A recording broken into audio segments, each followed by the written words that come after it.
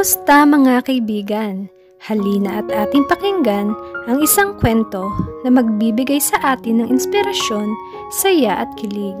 Pero kung bago ka pa lang sa aking channel, pakiclick ang subscribe button, pati na rin ang bell icon para lagi kang updated sa parating pa na upload. Anong ginagawa mo dito? Singhal ni Chase nang tumabi dito ang dalaga. Ang sabi ng lola mo, kailangan kong sumama sa iyo sa opisina. Kinakabahan niyang sagot. His dark brown eye bored through her skin, making her uncomfortable. She tried her best not to fidget on her seat. Hindi makabubuti sa kanya ang ipakitang intimidated siya sa binata. At talaga palang dito kang maging yaya ko? Look, Chase. Aniya sa nanginginig na tinig. Tumikhim siya at huminga ng malalim para kalmahin ang sarili. Alam kong tutol ka sa gusto ng lola mo. Honestly, wala akong pakialam sa away ninyo. Pero huwag mo naman akong idamay. I'm just doing my job. Hindi niya inaasahang tatawa ito. Nainsulto siya. Now I know kung bakit nagustuhan ka ng lola ko. Matapang ka at matalino. The words were far from being compliments. Pareho kayo ng ugali. Alam mo ba iyon? No doubt, magkakasundo nga kayo. It was a snide remark. Hindi mo ako kilala. Really? Sarcastic din maging ang ngiti nito. Ikinuyom ni Abby ang kamay. Hindi niya ito dapat patulan. He was being difficult on purpose. Muli siyang huminga ng malalim at nirecall sa isip ang mga pinag-aralan niya sa special care course na kinuha niya noon sa Austin, Texas. Baka sakaling makakatulong iyon kahit paano sa pakikitungo niya sa binata. Nakangiting ipinasok ni Chase ang susi sa ignition. The engine revived into life, and the swift car soon joined the traffic along the EDSA. Hindi na mimik ang dalaga. Tahimik niya itong sinulyapan. Mula sa t-shirt at jeans na suot, nagpalit ito ng isang sleeveless Sabrina style blouse na ipinalob nito sa isang itim na pedal pusher. Flat slip-on sandals naman ang nasa paa nito. Naka-ponytail ang mahaba at kulot nitong buhok. Very chic for a nanny. A very attractive, he had to admit. Lalo pang nakadagdag sa atraksyon nito ang faint smell ng lavender cologne na ginamit nito. Something stirred inside and he felt warm all over. Biglang lumingon sa kanya ang katabi at nagtama ang mga paningin nila. Expressive ang mga mata nito na parang palaging iiyak na hindi at may gatuldok na nunal sa ilalim ng kanang mata malapit sa cheekbones. Pambihira, kung ano-ano na ang naiisip niya tungkol sa babae. Naiiling na itinutok na lang niya ang pansin sa pagdadrive. Anong pangalan mo? Tanong niya. Sa sulok ng kanyang mga mata ay nakita niyang sumulyap ito sa kanya. Abigail, but my family calls me Abby. Abby? Such a sweet name. Masarap bigkasin habang nakikipagtalik. Sandaling natigilan si Chase. Bakit iyon kaagad ang pumasok sa isip niya? Ipinilig niya ang ulo para mawala ang iniisip niyang iyon. Ano naman ang nagtulak sa iyo para tanggapin ang trabahong ibinigay ng lola ko? His eyes briefly caught hers. Kagad itong lumingon sa labas. I think it's very obvious. Kailangan ko ng pera. Bakit? Wala ka bang mapasukang ibang trabaho? Mukha ka namang matalino. I'm a preschool teacher sa isang Montessori school sa Carmona. But my salary is not enough, at least not at present. Masyado ka sigurong magastos. Bakit hindi ka nalang humanap ng lalaking sasagot sa luho mo para hindi ka na magpakahirap? Alam ni Abby na iniinsulto siya ng kausap. Pero dahil sasayangin lang niya ang laway niya, kung kokontrahin ito, makikisakay na lang siya. Sino naman ang nagsabing hindi ako naghahanap?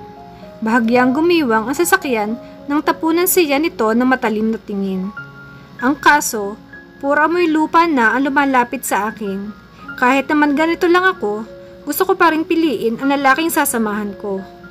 Nakita niyang dumiin ang hawak nito sa manibela. Buti nga sa'yo.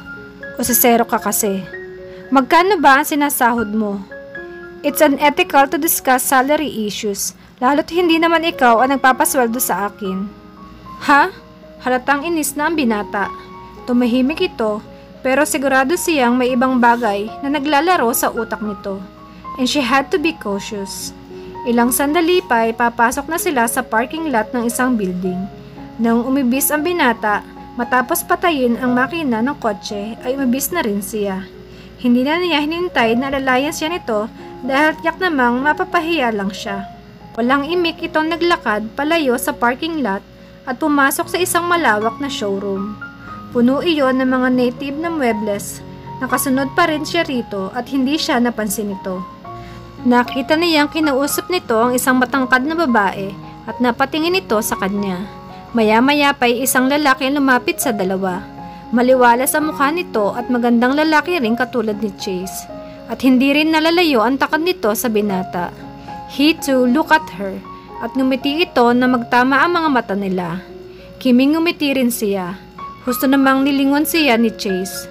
Nangunot ang noo nito na makita ang reaksyon niya. She pretended to look elsewhere. Namalayan na lamang niyang tapos na ito makipag-usap nang lagpasan siya nito. Hoy, teka lang! Huminto ito at humarap sa kanya. Saan ka pupunta? Tanong niya sa nakalukip-kip na binata. Halata ang pagkainip nito sa mukha. Sa CR, bakit? Hanggang doon ba naman ay susundan mo ako? Baka gusto mong ikaw na rin ang maghubad ng briefs ko at tulungan mo akong umihi. Napasinghap siya at kaagad na namula. Bumukas sumara ang bibig niya na parang may gustong sabihin ngunit wala siyang makuhang isagot dito. Saan kita hihintayin?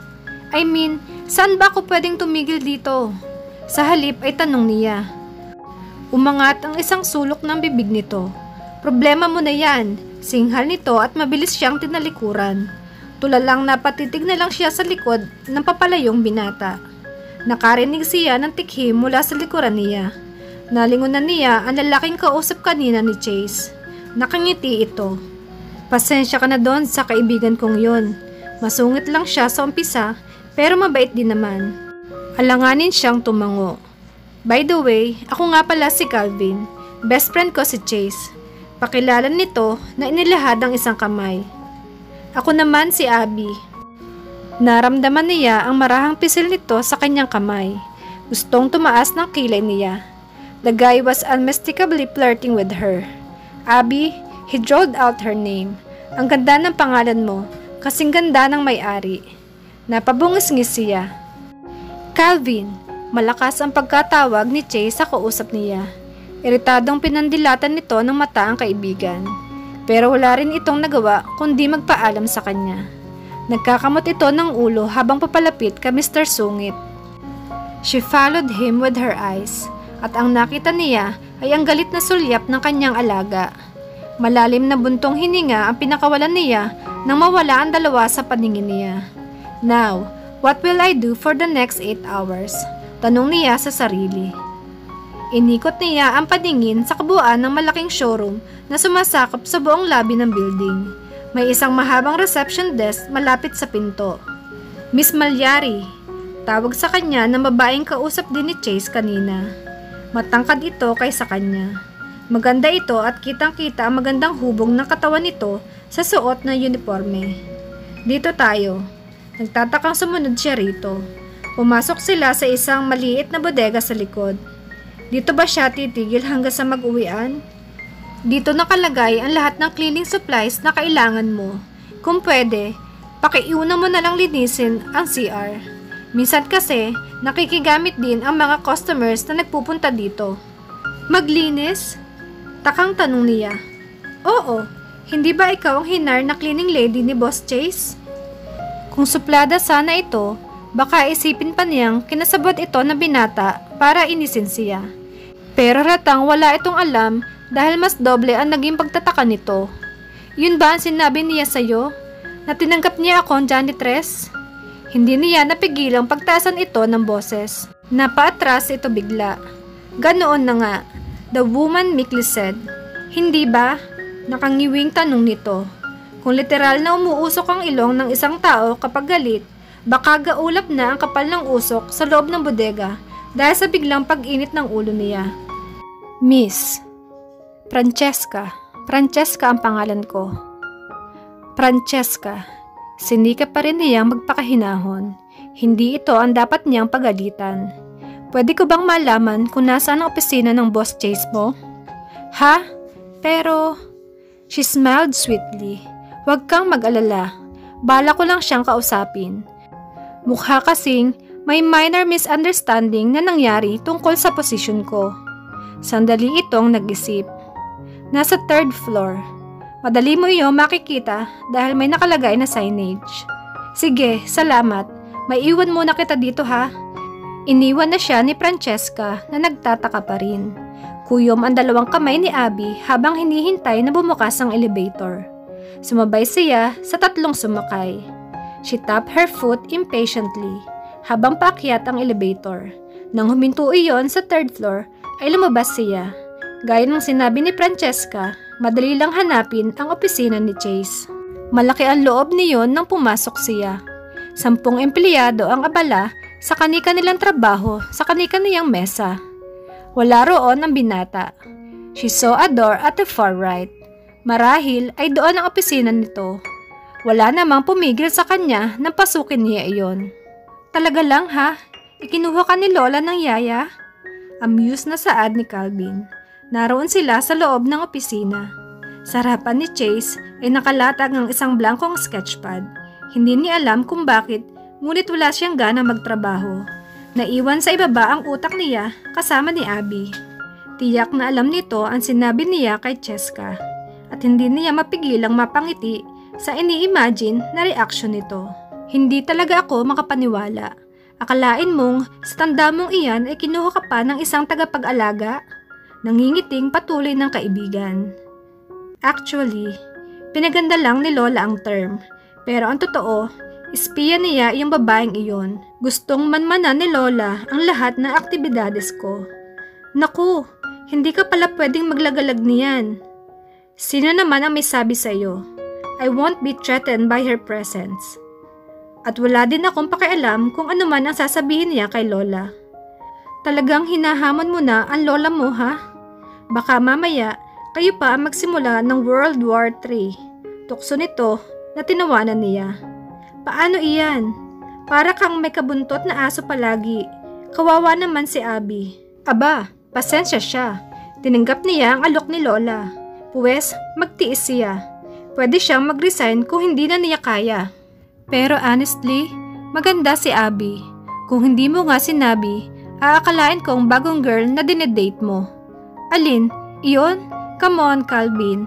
Alam mong hindi ko type ang payat at pandak. Slim and petite, pagtatama nito. Whatever, hindi ko talaga siya type.